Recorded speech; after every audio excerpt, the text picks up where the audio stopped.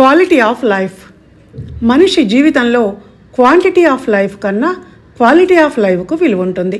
అంటే ఎంతకాలం జీవించామన్న దానికన్నా ఎలా జీవించాము అన్నది ముఖ్యం. నిజానికి క్వాలిటీ ఆఫ్ లైఫ్ను లీడ్ చేసే వాళ్లకు క్వాంటిటీ అంటే తన వయసు ఎంత అన్నది లెక్కించుకునే టైం కూడా ఉండదు. ఉదాహరణకి పుస్తక ప్రియులు మంచి పుస్తకం దొరికిందంటే అందులో నిమగ్నమైపోతారు. ఆధ్యాత్మిక చింతన, జ్ఞానం ఉన్నవాళ్ళు దైవ చింతనలోనే తప్ప దైవాన్ని విమర్శిస్తూనో, సందేహిస్తూనో, తిడుతూనో కాలాన్ని దుర్వినియోగం చెయ్యరు.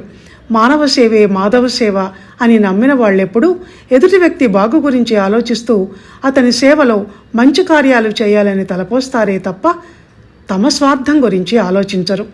ఒక సైంటిస్టు నిరంతరం కొత్త కొత్త పరిశోధనల, ప్రయోగాల మీద దృష్టి సారించి లోకానికి ఉపయోగపడే వస్తువులను వేటిని కనిపెట్టగలనా అన్న నిష్టలోనే జీవిత కాలాన్నంతా వ్యయం చేస్తాడు.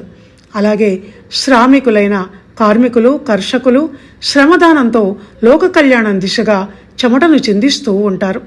రాశి కన్నా వాసి గొప్పదని భావించే ప్రతి ఒక్కరూ అంతే. జీవితాన్ని ఒక తపస్సుగా భావిస్తూ ఆ తపఫలాన్ని 10 మందికి పంచే ప్రయత్నంలో ఉంటారు. అందుకే మనకు పెద్దవాళ్ళు ఎవరైనా ఎదురుపడినప్పుడు మనం అడగాల్సింది ఇప్పుడు మీ వయసు ఎంత అని కాదు, మీ జీవితంలోని మీ అచీవ్మెంట్స్ మాకు చెప్పి మాకు మార్గదర్శకత్వం వహించండి అని అడగాలి. ధన్యవాదాలు.